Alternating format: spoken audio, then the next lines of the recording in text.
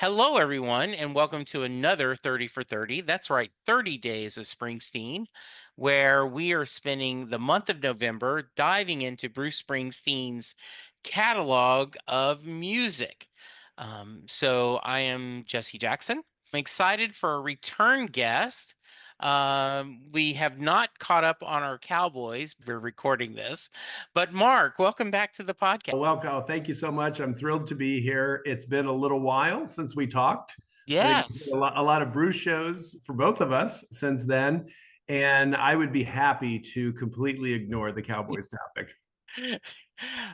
So I spent one of the challenges of doing 30 episodes in 30 days is I have to do a few little recordings. So I actually have done a couple of recordings today, and my previous was Skip, who is a huge Eagles fan.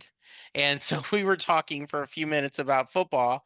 If someone has never heard you before, give us a little brief bio of Mark, and then let's talk a little Bruce live shows before we get into our album. Oh, super. My name is Mark Hornock. I am married with three kids. One is grown and out of college. Two are in college right now. So a few weeks ago, we sent the last one off, and now we have an empty house. We tried to do a lot of stuff just that we wouldn't have done previously and some different trips and whatever. So I was lucky enough to take my youngest son, and we actually flew out to Los Angeles for the weekend in April and caught the second Los Angeles show together. We just tried to do a lot of family stuff over the summer and do some different things. But that trip for both of us was super memorable. I'm trying to think, what songs did you get on that show? There was a lot of cool things about it. Number one, Patty was there. And so we got to see her on two songs, and one of them being Tougher Than the Rest, which I'm such a huge fan of and had actually never seen a band version of. And then Tom Morello came out, which I've seen him do many times being here in Chicago. He actually snuck on the stage. They were in the middle of the song, and you could see him come out of the shadows, and he came out just in time to do a solo. And he played on two songs. And Los Angeles is a different world Right. than what we see most places. And it was funny to follow him back to his seat, and there comes Jimmy Kimmel over to like give him a high five. That doesn't happen in Chicago when a No. show happens. And we were able to run into a couple of other people. Toby from The Office was in the pit with us. My son is a huge Office fan, and so they got to take a picture together. The only downside was apparently Henry Winkler was there as well and was down on the floor at one point. I don't think my son would have appreciated the Fonz as much as I would have, but I would have got a huge kick out of that. How many shows did you catch during this last tour? So the in 2023, I guess the first year of it, I believe I saw five there. And then 2024, I saw the second LA show. And then right after we dropped my son at college, my wife and I flew out and did some East Coast things, but specifically both Philadelphia shows. And those were Nice. really great and super cool. I was thrilled just to be out there and to see anytime you get to go to a show somewhere else, it's Yeah. extra fun. And Philadelphia is a great place to see them. And we just had a blast. How do you think the band's doing? How are you Uh, feeling?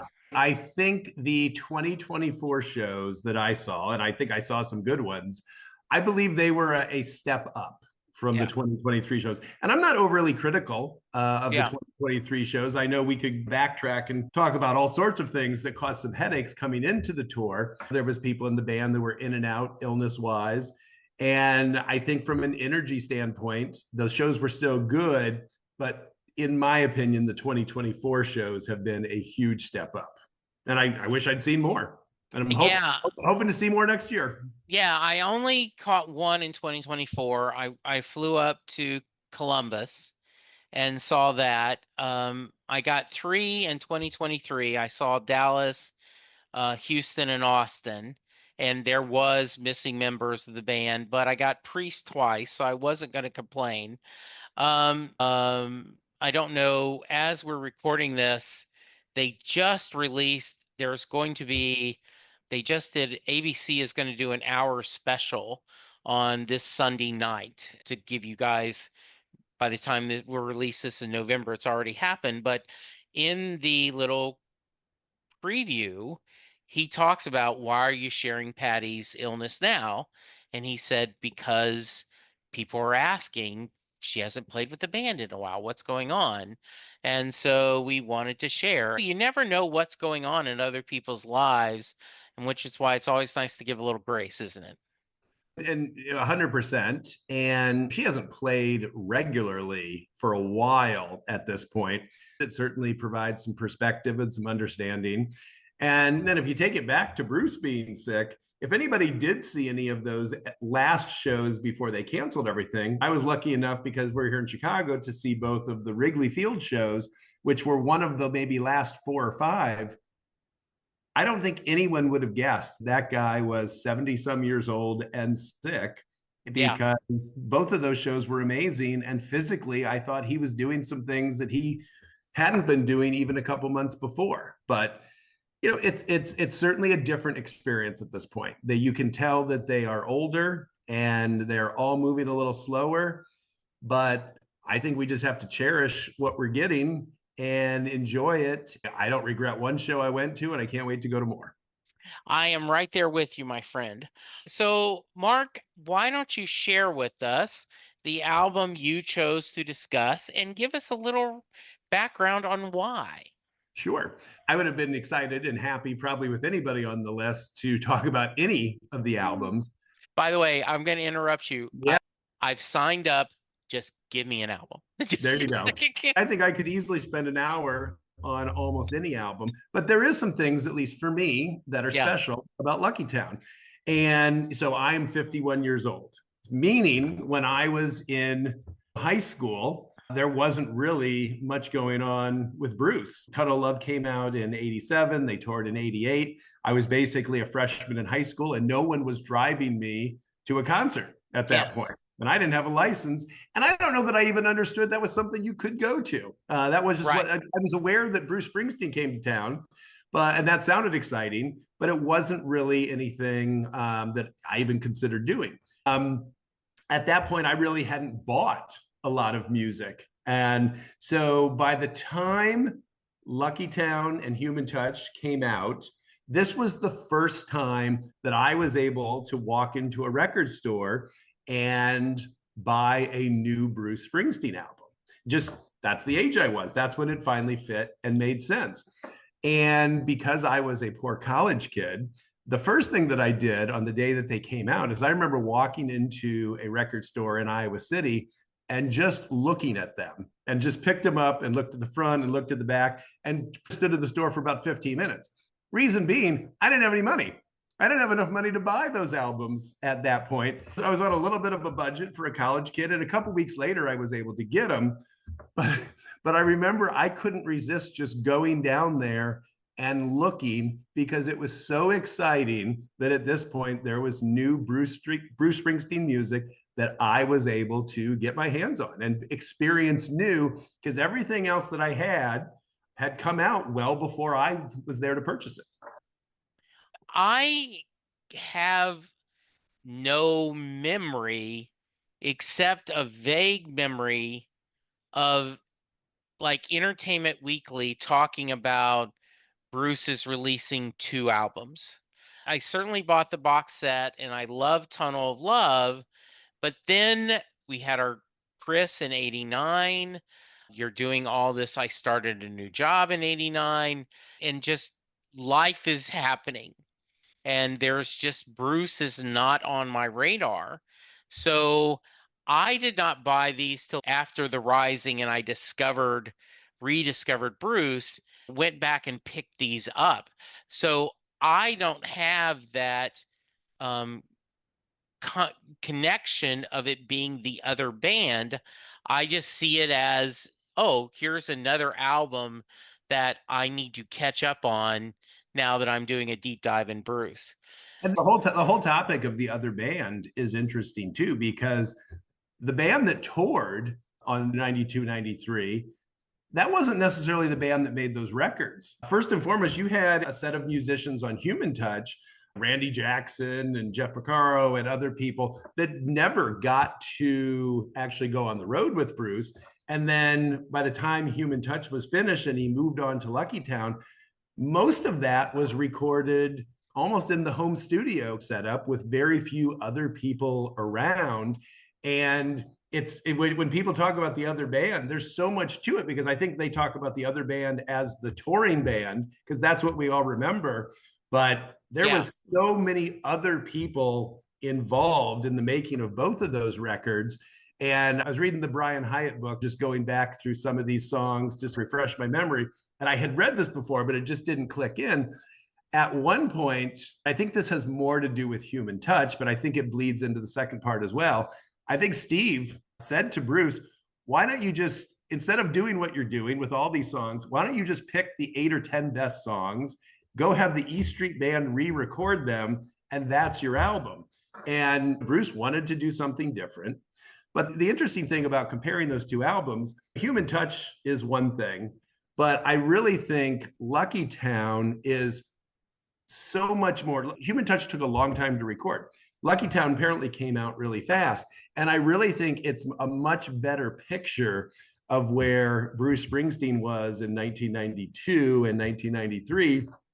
He was married and he had a kid and he was happy, maybe for close to the first time in his life. And that's really the message that you get out of this record. Not only do I realize that what I once was didn't make me happy and it wasn't fulfilling enough as hard as I tried, but I also want to tell you how great I think it is now. And it's a very different record because of that. And I wish more of those songs showed up even in shows today. But if you want to compare them side by side, I think Bruce is happier with the Lucky Town record as well. The only song that gets played in the modern world from Human Touch is really Human Touch. Right. Maybe once in a while something else. None of them get played enough, but you're likely to hear Better Days a little more. Or most recently, he played, when he was in Asbury, he played Local Hero as well. Yes. Those songs are a little more common. And I think Bruce is still to this day a little more excited about what came out of there. He didn't want to abandon the original record, but I think when you look at the set list from the 92, 93 shows, there's more Lucky Town songs most of the time than there is Human Touch songs. And as the tour went on and on, it was more of the Human Touch songs that disappeared from the set, and the Lucky Town songs seemed to stay there. So there's so many reasons, but I think it's a far underrated record in the entire catalog. It's the better of the two records that came out that day. And boy, some of those songs I just love. I think there's really very few weak links on the whole thing. I now want to listen to Tunnel of Love and then listen to Lucky Town, right? Like almost a before and after photo. The old where like before the diet, after the diet, because I do feel, and Tunnel of Love is one of my favorite albums. Sure. So this picture of him and what he's trying to find, and then this other one, Living Proof, really speaks to me. That magic of, we're talking about, yours have now gone to college. My son has just hit 34. He is a grown ass man, as they say, but there still is that. I tell him sometimes that I am most proud about you. Throw everything else away, but you are what I feel like when I see you being successful, when I see you being happy, I go, okay, maybe I didn't F it up too much this time, to talk about it later. I love it. I love it. And that's a song I think for a lot of people stands out because it's a little different than all the other ones, but he is talking about how excited and how happy he is. I think years later, people look at that song when they first have their first kid, Yeah. and it's probably something you just can't understand until that point. In fact, not been played a ton in recent years. I think maybe it was played just a couple years ago, but then I looked it up previous to that. I think I had seen the last performance, Okay. which was in 2009 in Milwaukee. A gentleman, basically. In those days, the signs were pretty popular.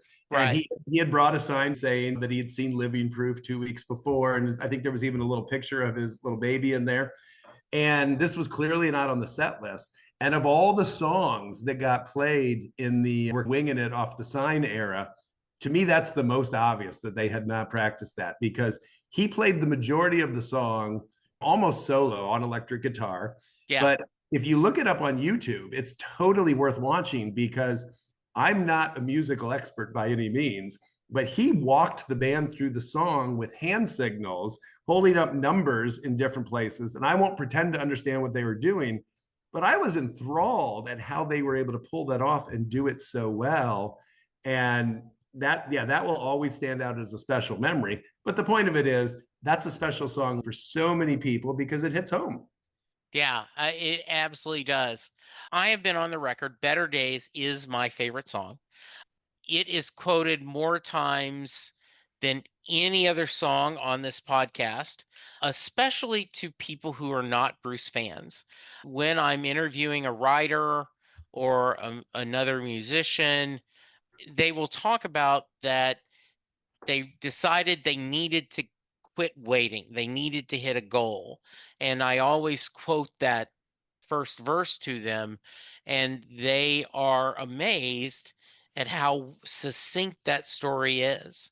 Give me your thoughts on, because as I said, if I had to do a TED talk, it would do on Better Days, and I would do my 15 minutes there. I have the lyrics printed out for each song on Lucky Town just in case we need to refer to them. And I Yes. highlighted some things that I wanted to mention. By far, the most highlighted song on these papers is Better Days. It's easy to look at and it's easy to make sense of. So you talked specifically about the first verse. He says, just sitting around waiting for my life to begin while it was all just slipping away. He's telling us how he felt. He had this incredible life as a rock star, but he didn't have this other part of it. But I think that is a sentence that almost every person can understand. When I make enough money, we'll do this. When this part of my life is over, we'll make sure we get this done as well. When my kids are off to school, I'll have more time to do this. Rather than just deciding and putting your foot in the ground and say, this is what I'm doing today. I'm going to do the things I want to do and plan to do and make my life as great as I can. We're all guilty of that. And he says it right there in the first sentence. And you think to yourself, wait, Bruce Springsteen feels this way. And so many of his songs, I think, for people make them feel something that they do. And I think that's why people have such an attachment. But Better Days is loaded with sentences like that. And you're quoting exactly what I talk about, that too many times it's when I get the kids out of diapers, when a kid starts sleeping at night, Yeah. I'm sure you've had that joke to your spouse, right? What did we do before the kids played baseball or soccer, right? Because you're rushing from games and practices and making sure homework is done, and you now are got a little bit of a empty nest. And I'm not saying you're necessarily missing the chaos, but you can look at it, you know, to once again, one of these will look back and it'll all seem funny, right? Yeah, and I think it is it's a sad man, my friend, who's living in his own skin and can't stand the company. That is another line that I think just speaks that you have to be okay with your choices and you have to be okay with the decisions you made. There's that old sentiment that you can't really love other people if you don't love yourself. And I think Yes. a lot of us are guilty of, I know what's in my head. So I'm not as fond of me as maybe Right. other people think. And as a result, it's hard for me to want to be with others or show affection to others or whatever it is. He says that so well. And he takes a shot at himself in a similar but different way in the middle. And this is pretty clear and bold. It says, it's a sad, funny ending to find yourself pretending a rich man in a poor man's shirt.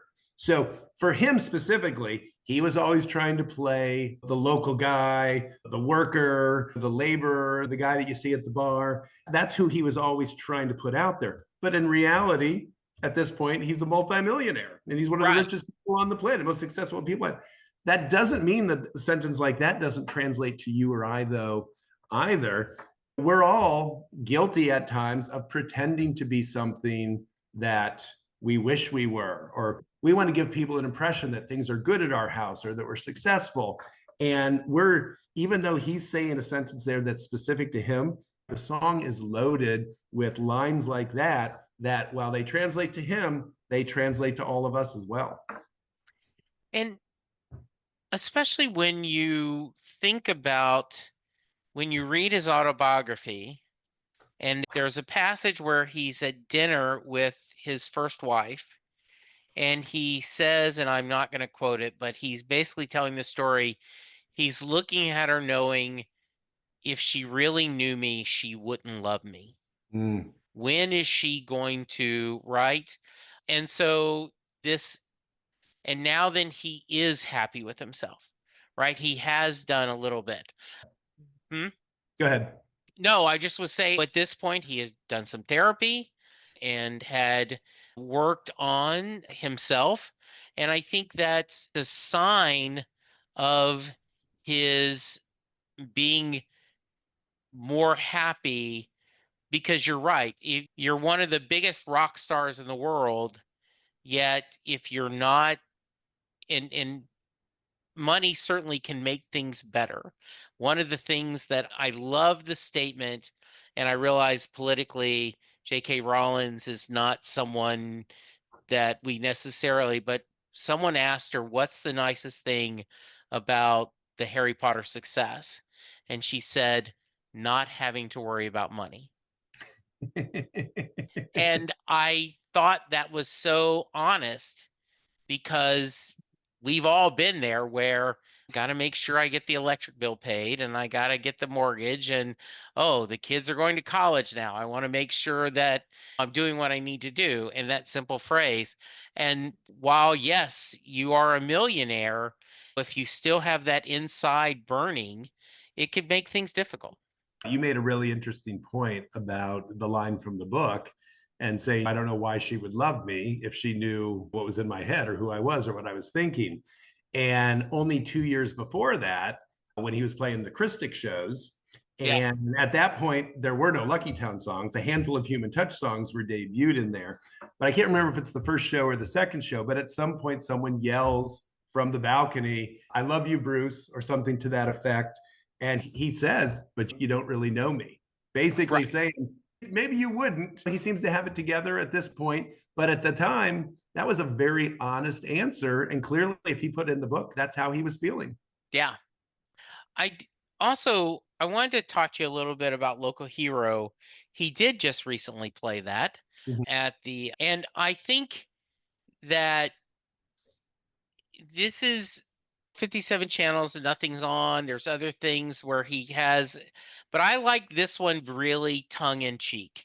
I just think this is a really clever, constructed tongue in cheek song. Your thoughts on this one?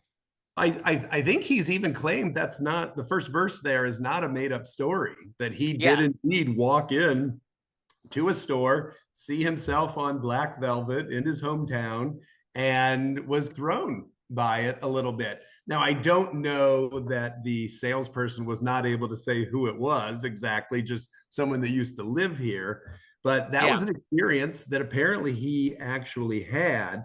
I like Local Hero a lot. I think the album opens with just three burners in a row, with Lucky Town being in between the two. But the line that I highlighted on top of, and I did the whole front as well that you brought up, but he says near the end, he says, these days I'm feeling all right, except I can't tell my courage from my desperation. Basically saying, I know I'm doing these things and I'm trying to do what I think I should, and I'm trying to create this life for myself, but I'm not sure that I'm even doing it right. I can't tell if this is courage, why I'm taking these steps. I can't tell if I'm just desperate to want to make things work. He's saying, I don't know the difference between courage and desperation. I think I'm doing all right. That confusion, again, is something almost anyone can understand. So here's this fun, as you said, tongue in cheek song. And I think that's mostly what it is. But like most songs, deep down in there, there's this line that I think is so telling about him that you could easily throw away and say this is just another line. But I think that one is so special. These days, I'm feeling all right. I can't tell my courage from my desperation. It's so telling. That is a really strong statement, that the idea of, are you making it, you fake it till you make it? This idea, yeah, that gives me a lot to think about. Yeah, A it's really good. couple others that you want to bring up. I think Talk to you're me the some more. host. Okay, yeah, but it's your show this time. All Uh, right, we'll do our best then. So we skipped past Lucky Town, yeah, and I'll just say that while I do love Better Days, and it's easily one of my favorite songs on the record, I think Lucky Town might be the best song on the record. While it's a rocker, I think it sounds different than a typical E Street Band rocker. yeah, And I think live, it's one of the better songs off the record. But again, if you want to talk just about the lyrics, at one point he says, had a coat of fine leather and snakeskin boots, but that coat always had a thread hanging loose. And then he says, I pulled it one night. He pulled the thread, and to his surprise, it led me right past your house on on over the rise. The point being, like a lot of things in life, we don't exactly know what this next thing's going to lead to, what this choice or this step. And oftentimes it's not exactly what we planned. This has always reminded me, and I'm sure that I'll mess it up, but that John Lennon line where he says, life is what happens to you while you're busy making other plans. yes, He didn't know where that thread was going to take him, but it took him to this person. It took him to this, I assume in this case, Patty or whoever else. But I think it's just so well said. But at the same time, it's not just coming out super obvious and saying, here's what I think. He puts it in this idea of this thread coming loose. And when you pull it, you don't know where you're going to go. I think there's so many great things in Lucky Town, but that's the one that has always jumped out at me. The only other thing I'll add is come back to at the end, it says, when it comes to luck, you make your own, which is a sentence a lot of people have heard and said. That's pretty standard. But then he defines it afterward and he says, here's what I do. He says, I've got dirt on my hands and I'm building me a new home. I'm not just standing here waiting to see what happens. Not only do I understand that luck is something that maybe happens because you're trying and doing things, I want you to know I'm taking this serious and I'm doing it. yeah. And I grew up in the Baptist church. Faith Mm-hmm. without works is dead. And also, I think that is the second part of Better Days, right? I'm sitting around waiting for my life to begin. So I've got to do something. And I think that's a great thought. If I Should Fall Behind is one of his best love songs. I think the scenes when each person did a verse on the reunion was beautiful, and I would have loved to seen that live. I tend to print out the lyrics when I give a wedding gift. And when Hmm. I write, I put that in there. So share a little bit of that. It's interesting you say that because for years, 1 year on our anniversary, my wife printed those out and has been hanging in our bedroom for years. And Yeah. I think a lot of people feel that way. You and I had talked, and I don't know if you'll remember this, but it was a few years back, and we were digging into some things with Nebraska in particular and talking about those lines. And we got to the point where we were talking about Atlantic City and how flexible that song was, meaning Yeah. all these different versions of Atlantic City that he's done over the year, they always seem to work. Yes. The band version works. The acoustic version works. The Seeger Sessions version really worked. In some ways, I think If I Should Fall Behind is very similar. The album version is really good, but Yes. it's a completely different song. And I think almost clearly this is a man and wife song or a boyfriend girlfriend song versus when you saw that the entire E Street Band taking a piece of that was much more of a song about friendship. And it was super flexible in the way. So not only are the lyrics super flexible, the versions all seem to work. It's probably not my favorite, but even there's a Seeger Sessions version where they play it live as a waltz, and Yes. Patty sings on it. I don't think people have heard that one as much because I don't think it played in the States at all. But it's one of those songs that is so strong that he can change the direction and the format. And not only can it mean different things, it can sound great in different versions as well. Yeah, I love that waltz version of with the Seeger session band. The music on it is just really beautiful. Yeah, and I had not thought about that. But yeah, it is a song about friendship and about being there for each other when the band does it. And it's such a powerful one of the things that surprised me when I started watching Bruce more serious is that he has little Steven, he has Niels. They don't take lead on a song, right? If you go see Willie Nelson, he may have someone else sing lead. Chris Christopherson, you may have different people take lead, right? And he has such a bench that you would think, okay, here's a chance for Niels to sing a verse or something. And no, it's Bruce out in the street. He gives them a little bit on the modern version. But here was a chance where all these different E Street Band members had their moment to shine. And it's just beautiful. It really is. And I was fortunate enough to be at the second night of the Asbury rehearsals in '99. They had played Okay. it the night before, but unlike today, where we all hear way too much before we go to the concert of what Right. something's going to sound like, you could look at YouTube 10 minutes after the show and you can see, hey, this is what it sounded like when they did this.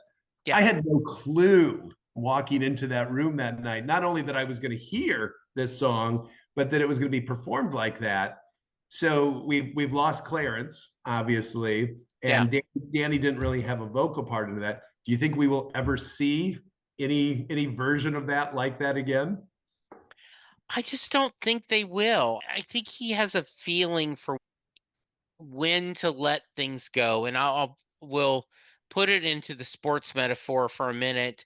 Sometimes general managers keep a player too long when they should have let them go earlier, or a TV show. It goes 1 or 2 seasons longer than it should.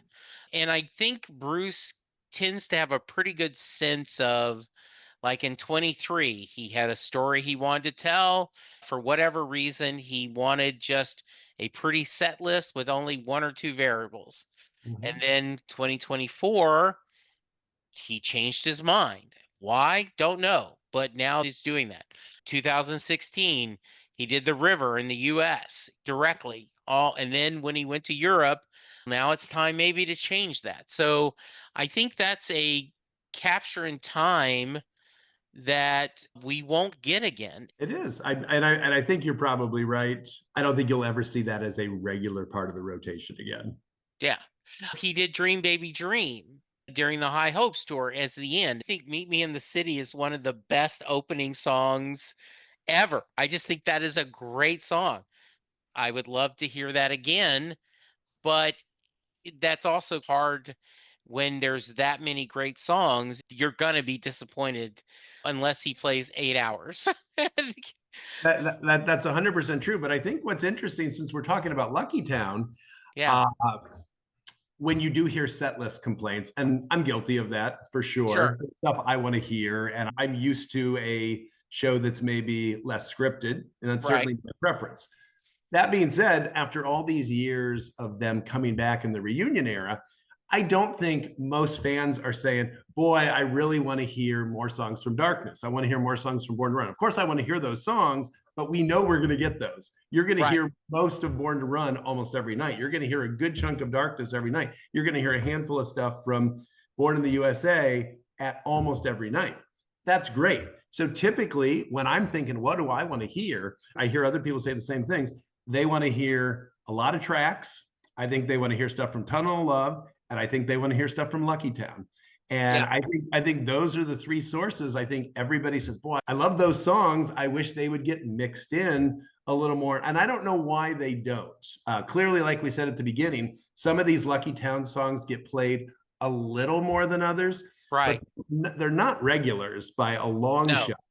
I'd be thrilled if he would mix in Lucky Town or Better Days or Leap of Faith. every couple of shows, I think people would go crazy for that. Yeah, and I do think that the E Street Band does a great job of doing these songs.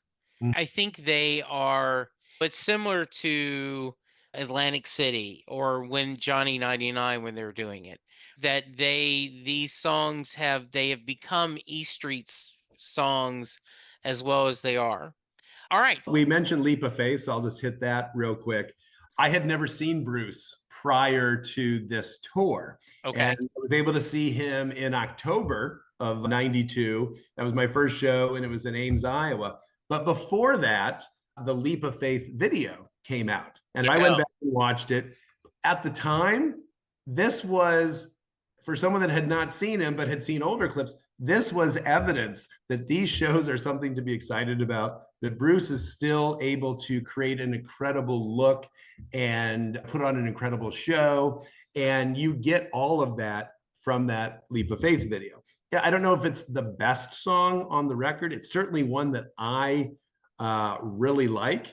But to me, it's one of the most fun songs he plays. Again, doesn't play it very often, only a handful of times, even in recent years. I think when I looked, I think it hadn't been played since maybe 2017 until not that long ago. Like a lot of people, you'll occasionally get a lyric wrong.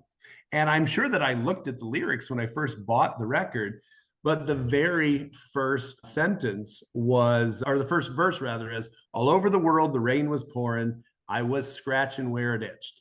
It says, heartbreak and despair got nothing but boring. And he says, I grabbed you, baby, like a wild pitch. I heard a derogatory term for either a dog or a woman. Okay. And Yes. Okay. I heard it only that way for years and years. So interestingly enough, a wild pitch didn't occur to me as what he was using to describe what was happening. But it's actually really great when you think about it. He says, I'm going for something that's outside of my zone. I'm going to try to do something different. I'm going to do something that is typically unexpected. That's a wild pitch, something that's out there, that's out of the ordinary, that's not right down the middle for what you're used to. It actually changed the whole thing for me just from that one line, mostly because I didn't know what he was saying.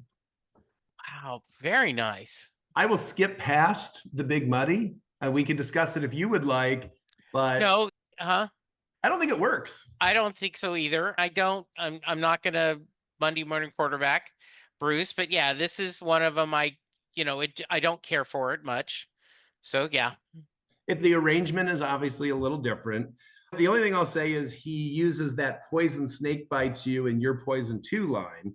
It's just one of those occurrences where he'll use the same lyric in two different songs. The same line Yes. shows up and gave it a name. So there's plenty of Nebraska where that happens. There's some songs on tracks that are obviously sister versions of songs that were on the river. I think there's some nice things in there. Musically, that song just doesn't work for me like the others do. I agree. On the other hand, we did talk about Living Proof a little bit, and I think it works great. That song hasn't been played in a long time either. I don't know why. I think he likes it. And I described that story where I saw it in 2009. It was an amazing thing to see. And it was really one of those moments you hope to get when you go to a show where something not only is spontaneous, but heartfelt and special. But it seems to have disappeared from the Bruce Springsteen world at this point. Yeah, and I guess I'm trying to get my timing right. When was he touring during the first grandchild, or was this when he was on a break with Oh, getting that's healthy? interesting. Yeah, I don't know the answer. Either, because that would have been, I think I would have pulled that out and said this is for blank, right? So That's really good. I wonder if there's a sense of privacy that he doesn't want to go outside maybe, of his husband-wife relationship into the next level. yeah, But it's not like the internet didn't tell you that he had a grandson, right? yes, A grandchild. yeah, yeah, exactly, yeah. So I know we talked about Big Money. I would say the other song that doesn't excite me as much is Book of Dreams. I, Okay. I, I wouldn't be overly critical of it. I think there is some good things in it. I believe it may be the least played song off of Lucky Town. When I looked it up, it's only been played 8 times total. And I don't think it's been played since 2005. It's a nice sentiment, again, I don't know if I Yeah. think it works as well. How do you feel about Book of Dreams? I Dion did a cover, which I enjoy Dion's cover of Mhm. it. Yeah, it is not a song that I really, when we get to My Beautiful Reward, I think that's a really strong way to end the album. Agreed. So yeah, Book of Dreams is it's there. I'm not saying it's bad, I'm not saying it's Yeah. good. It just doesn't speak to me as well. I'm sure you've done this on your own when you were wasting time or whatever, but it's a pretty common practice for people to talk about or write at themselves what their Human Touch Lucky Town single Right. album would have been. Yes, exactly. There's more Lucky Town songs on that record for me than there Yes. are Human Touch songs, but Book of Dreams is not one of those songs. That would not make that cut. Okay, if you're going to make this one album, what would you go? What would do? He likes to play with the river on that, Mm, which is interesting when we got the box that we did get a single version yeah. of that, of the kind of play, what would you do? Eyes behind you. Yeah. Sure. So, Souls of the Departed. This one, so here's the obvious thing to say about Souls of the Departed right now. Where is this song in the 2023-2024 sentiment? We're talking Yeah. about life and death. We're talking about Yeah. what could fit in better that's an already done song about speaking souls of the departed. It's the theme of the entire show. I don't know if it was even considered. I don't know, obviously, if it was something they were working on at one point and decided not to do. But boy, doesn't this make a lot of sense It in this does. current set list to do something that's not as obvious? So that I have to say that. But the one thing that I find really interesting about this song is it's a little bit, and I don't know if this is obvious, but this part is obvious for me. It's a little bit of a precursor to some of the things that he starts doing on Tom Joad. And what I Yes. mean by that is the characters are very specific to the point where not only do you know that Jimmy Bly is a lieutenant, you know his first name and his last name. This is a very specific person that is going through this. Yeah. Rafael Rodriguez, full name. We know he's from East Compton. We know exactly, or at least enough to think that we know who this person is. Versus previous to this, it was common to talk about Wendy or Bobby or Yes. Jack or people, one name. We have to make assumptions. Now, those names are pretty well chosen, and oftentimes they are descriptors of who we're talking about. But this is a departure from that younger Bruce Springsteen that threw just those names in. This is a really huge step towards topical writing. And I think the most obvious piece of that is that he is very specific about naming these people, telling us who they are, and it's a different way to feel their story. Yeah, I think that's really well said. I thought of that too when I was looking at the lyrics and I went, wow, okay, that's really a specific character we're painting. And like a little bit like Joe Roberts in Nebraska and things. Yeah, At least we totally did agree. the last name. Yes, we do. Uh-huh. Yeah. The only other line that I did want to mention from Souls of the Departed is near the end, he says, yeah, tonight, as I tuck my own son in bed, all I can think of is what if it would have been him instead? Okay, he's got his young baby there, and he's reading these stories in the paper about death, whether it's in war or on the streets of Los Angeles or whatever it might be. But then when you move on to Broadway, which you and I have talked about in detail before, and he goes into that long story about the draft board and Yeah. things that went into not going, you can tell because there's other people that from Asbury Park that had passed away that he knew. Here's that sentiment. In some ways, there's almost a little bit of guilt in him that he had never talked about, of saying, that could have been me. And he says that Yeah. specifically in the Broadway show, that could have been me. And now but at this point, his head is thinking, not only do I not want it to be me, I don't want it to be this little baby in my house because I love him more than myself at this point. Yeah, and to carry that kind of when he tells the story, he talks about his dad going, that's good. Even though his dad, wait till the army gets you, wait till the army gets you. Yeah. And then his dad says, that's good. And I do feel that if I had to pick one, obviously talking about his mother with Alzheimer. I lost my mom just a couple of months ago, so that touches thing. But when he says, "I wonder who went in my place," Yep. and whenever I catch people on social media, because there's always jerks talking about how Bruce was a draft dodger and a commie and everything. And I always think of that phrase that you, I, my dad went to Vietnam. I was not in that era, but I can only imagine how you felt. And the odds are there's a good chance if you went, you may not come back. And it's a scary proposition. So Um, I think I emailed you or texted you right after this. So it's going back a couple of years now yeah, because it was yeah, during Broadway. And I listen to your show pretty regularly. By far, my favorite episode is when you had one of the kids on of yes, one of, and the name escapes me, so forgive me, but yeah, his parent was spoken about specifically yeah, in those stories. That was mind blowing. That was so good to hear. I so yeah, appreciated not only what you did with that, how Bruce treated their family yeah, and brought them up and talked about them. It was a little bit different, or even just that one yeah, song. I feel like I did hear see a transcript of it, or maybe there was a bad bootleg yeah. of it at one point. But that was by far the best episode I think you ever had, and it was just such a Thank you. great story. Yeah, so I think that's good. And we've talked a few times tonight about both being parents, that you worry about your kids and you never stop worrying. This was a story. He was in middle school, and my wife's best friend, they had been working out together for 25, 30 years, I swear. She said, "Susan, when do you stop worrying?" And she says, "Never," because her daughters were older. I She believe goes, it. "When you get out of middle school, you're going to worry about them in high school. And then when you're in college, and then after that, you're going to worry, did they find a good spouse? Is the person they're together with, are they treating them well? Then they're going through struggles." He says, "You will never stop worrying about your child." And that idea of him sitting there going, just, can I build a wall? Can I protect them? And I don't know if you went to a Devils and Dust show, Mm-hmm.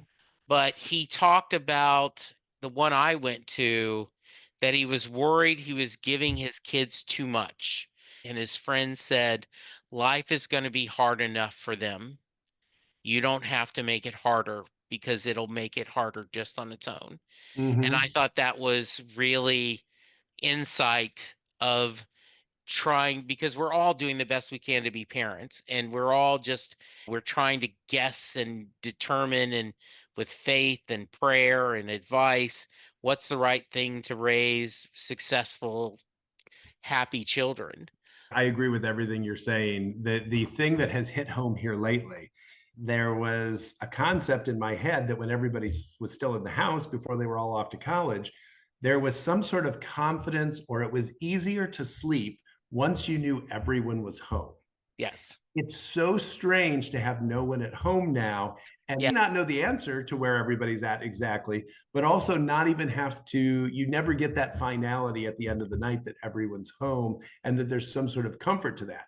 I love what you said about the Devils and Dust shows, because not only Jesus was an only son, there are that the spoken part there before he gets to the last verse, talking about seeing your kids grow up and the sun hitting their face, and just the fact that you see them develop. I Yes. think that was so great. It made that song so much better. And then I think a lot of the lines you're referring to were from the long time coming Yeah. part, and that whole line of your sins will be your own. I don't want Yeah. to put my baggage on you. I already know how messed up I am. It would be the worst thing that I could ever do if I could influence your life negatively. I want you to make your own mistakes and I want to be there to help you. There's so many good parts to that from a parent standpoint. Mark, I can remember making this joke. I got home late, and I would say to my mom, "You can go to sleep now. The last of your chickens are home." almost sarcastically. And then I have had those nights where after he's graduated high school, he's gone home from college, and they don't have a curfew anymore. But in the back of your mind, it's I can't really go to sleep till he's home safe. And you realize he may stay out to 2, 3, 4 in the morning if he's in college, right? It's a weekend. He doesn't have class the next day, but there is that, yes, that I can't rest until they're all back in the nest and we have this virtual wall around them. All right. I think we've only got one song left. I think we do. Yes. And I think it sounds like we're both a big fan of My Beautiful Reward. Absolutely. Yes. I think there's so much good stuff here. It could be a country song in a lot of Yes. ways. If it was just toned a little bit different, I'm surprised no one has ever covered it in that way, because some of these songs from this era have been covered by some country Yeah. artists. I think it's wildly underrated. He thinks it's important. He made it a focal part of those shows. It was always played near the end. When we had talked about Nebraska a while ago and Broadway, there was that whole idea of that mansion on the hill or that house that was far away, which was something that they couldn't reach. Yeah. Nothing that theme is still here. In the second verse, he says, "From a house on a hill, a sacred light shines."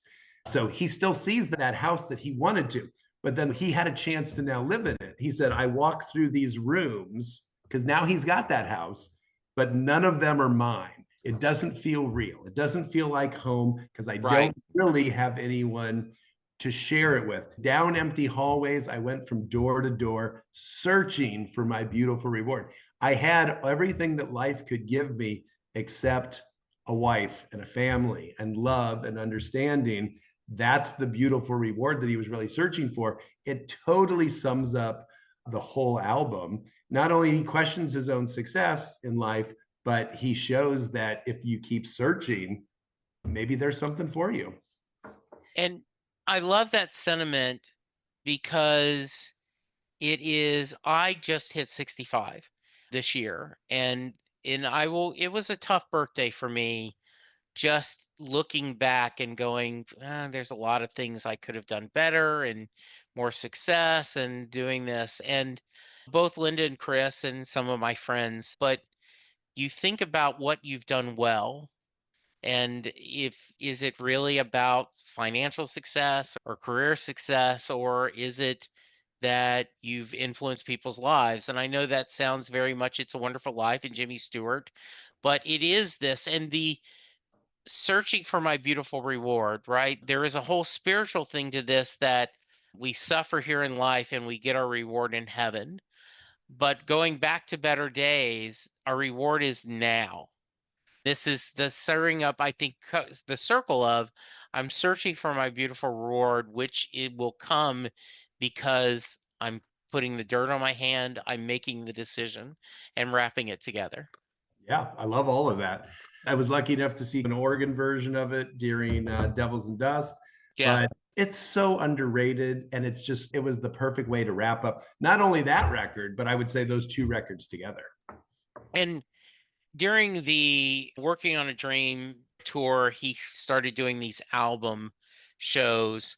And I've always thought that how cool would it have been to done a Tunnel of Love tour or a Magic album show and a Lucky Town show to hear these songs.